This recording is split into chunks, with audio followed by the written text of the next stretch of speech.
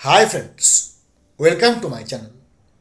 যে জিনিসটা ভয় পাচ্ছিলাম বা ভয় পাচ্ছি, আশঙ্কায় আছি, অশনি সংকেত আমাদের মধ্যে কাজ করছে, সে জিনিসটা আবার খুব শীঘ্রই ঘটবে না তো?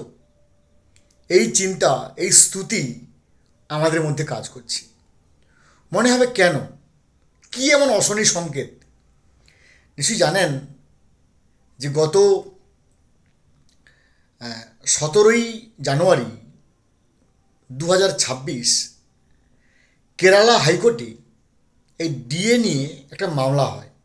আমাদের পশ্চিমবঙ্গে যেমন অবস্থা, একই রকমভাবে, একেবারে 100% একই রকম, সেখানে কেরালা গভর্নমেন্ট এমপ্লয়িরাও কেরালা গভর্নমেন্টের বিরুদ্ধে ডিএ না দেওয়ার জন্য, অর্থাৎ all India consumer price index অনুযায়ী ডিএ দেওয়ার জন্য বা ডিএ পাওয়ার জন্য সেই ডিমান্ড নিয়ে তিনারা একটা সরকারের বিরুদ্ধে মামলা করেন। তো কেরালা হাইকোর্ট, নিশ্চয়ই জানেন যে এর আগে আমি একটা ভিডিও করেছিলাম, যে ভিডিওতে আমি বলেছিলাম পুঙ্খানুপুঙ্খ কেরালা হাইকোর্ট কেরালা গভর্নমেন্টকে বলা হয় বা কেরালা গভর্নমেন্টকে ইনস্ট্রাক্ট করে যে তোমরা এফিডেভিট দাও, তোমাদের বক্তব্য কী এই কেরালা গভর্নমেন্ট এমপ্লয়ীদের যে ডিএ পাওয়ার দাবি, এর জন্য এর সপক্ষে তোমাদের এফিডেভিট কী। তাতে কেরালা সরকার পরিষ্কারভাবে একবারে কোনো কিছু রাগ ডাক না বলেই তারা বলেছে যে আমরা ডিএ দিতে পারবো না।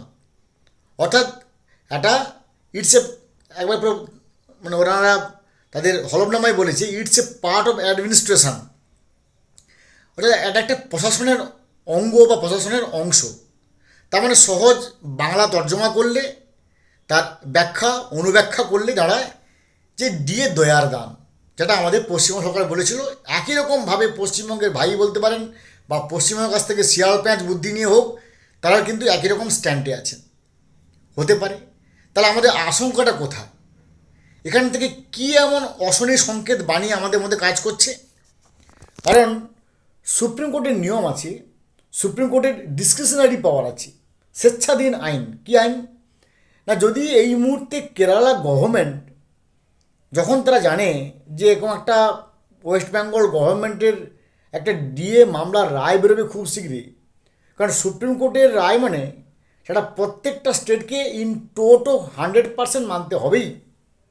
তার প্রতিফলন আমরা এর আগে অনেকবার দেখেছি। নিশ্চয়ই জানেন যে রাজস্থান সরকারের ডিএলএড নিয়ে একটা মামলাতে, সেই মামলার নির্যাস কিন্তু প্রত্যেকটা প্রাইমারি স্কুলের, আমাদের ভারতবর্ষের প্রত্যেকটা রাজ্যকে সেই নির্দেশ মানতে হয়েছিল। তাই পশ্চিমবঙ্গ সরকারের যখন ডিএ মামলার রায় বেরোতে যাচ্ছে, তখনই শোনা যাচ্ছে, অবশ্যই আনঅফিসিয়াল নিউজ, যে কপিল সিব্বাল স্যারের ব্রেন হোক কিংবা অভিষেক মনু সিংভিজির ব্রেন হোক, যে তারা একটা সুপ্রিম কোর্টে একটা পিটিশন করবে যে এই ফাইনাল ভার্ডিক্ট হওয়ার আগে কেরালা গভর্নমেন্টকে একটা পার্টি করা হোক। কারণ সুপ্রিম কোর্টের ডিসক্রিশনারি পাওয়ার অনুযায়ী যদি হিয়ারিং কমপ্লিট হয়ে যায় এবং ফাইনাল ভার্ডিক্ট হওয়ার আগে যদি কেউ পার্টি হতে চায়, সেটা কোর্ট তার ডিসক্রিশনারি পাওয়ার দিয়ে সেটা যদি পারমিশন দেয়, তবে কিন্তু কেউ পার্টি হতে পারে। পার্টি হওয়া মানে আবার কেরালা গভর্নমেন্ট সমস্ত বক্তব্য হলফনামা দেবে, আবার সে কপিল সিব্বাল মহোদয় আসবেন, আবার অভিষেক মনু সিংভিজি আসবে, এবার কেরালা গভর্নমেন্টকে দেখাদেখি করে এবার মহারাষ্ট্র আসতে পারে, কর্ণাটক আসতে পারে, তামিলনাড়ু আসতে পারে। মানে অশনি সংকেতের যে বাণীটা আমাদের মধ্যে এখন কাজ করছে, আতঙ্কে, যে তাহলে আদৌ ডিএ মামলার রায় বেরোবে তো? তবে এটা সমস্ত আমাদের আশঙ্কা, আনঅফিসিয়াল নিউজের বাতাবরণ। আশা করি সুপ্রিম কোর্ট মানবিক, আমাদের মানে মাথা নত করে দাও হে প্রভু তোমার চরণতলে, এরকম মানসিকতা আমরা পোষণ করি। নিশ্চয়ই ওয়েস্ট বেঙ্গল গভর্নমেন্ট এমপ্লয়ীদের পক্ষেই রায় যাবে, সে বিষয়ে আমরা প্রায় 99% নিশ্চিত। তবে ওই 1% আমাদের অশনি সংকেত অত্যন্ত লোমহর্ষক বাতাবরণ দিচ্ছে। এর পরবর্তী আপডেট কী হলো অবশ্যই আমার চ্যানেলের থ্রুতে কনভে করব।